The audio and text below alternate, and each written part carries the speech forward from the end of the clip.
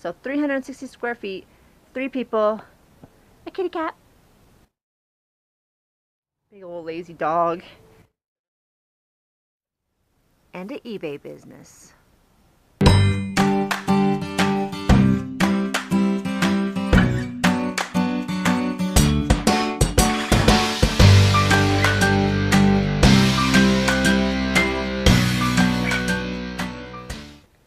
Hi, it's Becky with the Dorky Thrifters, and today I'm going to give you a little bit of a tour of our RV and show you kind of the basics on how I run a eBay business out of a very small space.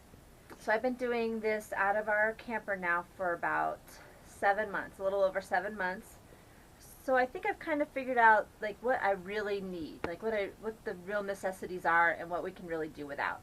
So I had run a business out of my house, a very large house, for many years, and I had tons of shipping supplies and tons of big inventory and everything, and then we had to downsize into an RV, and so I've learned to kind of adapt into my RV and not only change the kind of things I'm selling a little bit, but also not have quite as many supplies and packing materials as I usually have. So I'm going to give you a quick tour and just show you kind of how we live and how I work out of this very small space. This fifth wheel is 40 feet long by 8 feet wide plus the slide. So it's about, I think I calculated it was about 360 square feet. Let's just start here at the door. So the front door is here, of course, where you come in, and then you can go upstairs to the bedroom, and there's also a bathroom up there. So it's a nice, good-sized bedroom, and then a bathroom. I'll show you the sink. See, there's the sink. So it's good. It's got a little bit of storage. There's also a built-in dresser and a nice big closet there. All right, and so then in there is the toilet. You don't need to see that. And a shower, of course. All right, so going downstairs, I've got a little pantry area here, which is pretty nice. It's not very deep, but I can actually get quite a bit of stuff in there. So as you can see, food, and then I've got some other things down in that bottom one. So this is my little kitchen. Oh, sorry about the mess. I do have a freezer and a fridge, and it's pretty decent. You can get, hopefully it's not too much of a mess, you can get a pretty decent amount of food in there, as you can see. It's really not too bad. A little bit of storage, microwave, stove and oven. This looks like a nice big cabinet, but actually it's not, because the water heater is down there, so there's not very much storage down there. And then I only have these 2 small cabinets here, so really I don't have a very big amount of storage for the kitchen. That's it. Right there. That's it. Got a little desk area there, and a little bit more storage on the back side of there. And then I've got this guy that I found at a thrift store, and I was looking for one of these. I just love these things. They hold a ton of stuff, as you can see, both sides, like that. So that holds most of our food right there. We've got our water, our ladybugs. This is supposed to be my like packing table and things, but usually it's covered with Legos.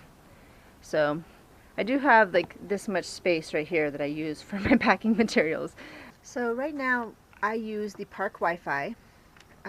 They actually have pretty decent Wi-Fi at this park, and we're very close to one of the routers, our site is, so we get pretty decent Wi-Fi here. Not perfect though, so I do use this little Alpha network range extender, and I purchased this for, I think it was about $30. It works really good. I can definitely tell the difference when I have it on and when I don't, like if it gets unplugged or turned off or something. I can definitely tell a big difference. So this definitely helps. Down here under my desk, see, this is my little printer, and this is just a little Brother laser printer. It works really good. That's how I print my labels and anything else I need, and it doesn't take up a lot of space. This is where I keep eyeglass cases. So these are empty eyeglass cases and my eyeglasses that come with cases, like name brand cases. And then I've got another little drawer set up in my closet that holds majority of my eyeglasses. And then this is my kids' toys. They're allowed 1 box each. It's overflowing right now. We need to clean that up a little bit, but it's hard when you're at the thrift store every few days, because, you know, they'll see something they like and it's only $1 or $2, and it's like, okay, fine. So we're constantly recycling toys. So every couple weeks I'll pull out a box. I'll say, okay, fill this box up with all the toys that we're going to take back to the thrift store. And then up here I have mailers and tissue paper and different things like that. And then I have more tape and priority mail stickers. And then down here I have my small boxes, priority mail mailers. You can see, just kind of stashed up there. I don't have a lot. Alright, so I've got more storage boxes back here in the corner, kind of behind the bed, and then also underneath the bed I've got more boxes slid under there. So that's where I keep my boxes. I don't have a ton of boxes. I try to keep it to a minimum. I'm used to having a lot of boxes. Now right now we are stationary in Colorado, but we will be hitting the road pretty soon. And I feel pretty confident that I'm ready to hit the road and pull this thing out of here, and I will have everything I need. And then up here in these cabinets are toys and books. And so most of our homeschool stuff is kept up in here. And then we've also got some games and toys. And then I've got another basket here of homeschool books everywhere. And then that crate down there is my son's Legos. But so up here is more inventory storage.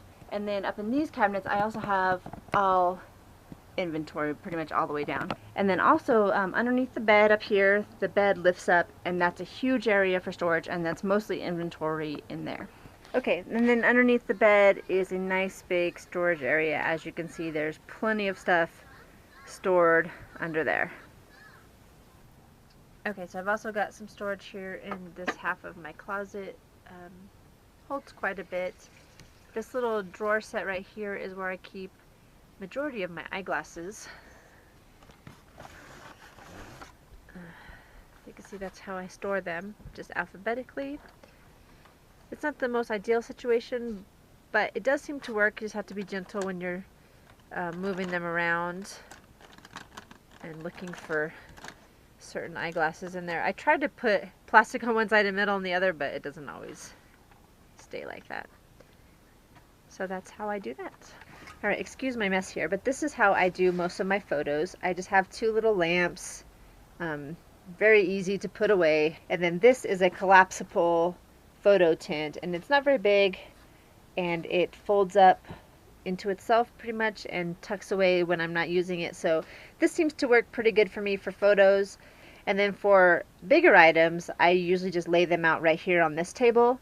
Seems to work pretty good, or I might take them outside if it's a nice enough day. So that's how I do the photo aspect of the eBay business. And then I have just a tiny bit of basement storage in this camper. There's really not a lot. Basically I just have this one big area here, so I've got coffee pots and bigger things down in there. There's plenty of room for bigger items back in there. So we do have plenty of stuff stored under those, in those two compartments. So 360 square feet, 3 people, a kitty cat, queen bee sitting here by the heater, and then we also have a big lazy dog back here. Max! Max, come here! Come here, Max! I guess I'll get up. Big old lazy dog. So this is Max. Hi, Maxie. Hi, Maxie. Alright, so that's it. That's the grand tour of the place. Really not that exciting, I guess. And I guess the moral of the story is that it really doesn't take that much to run an eBay business, and you can do it in a small space if you just make some compromises and figure out what works best for you. I know it's not very exciting, and there's really not as much to it as you would think. It's really pretty simple. If you're thinking about hitting the road and doing eBay from the road, it definitely can be done. Alright, so I guess that's all. I'm going to get this wrapped up, and I will see you in the next video.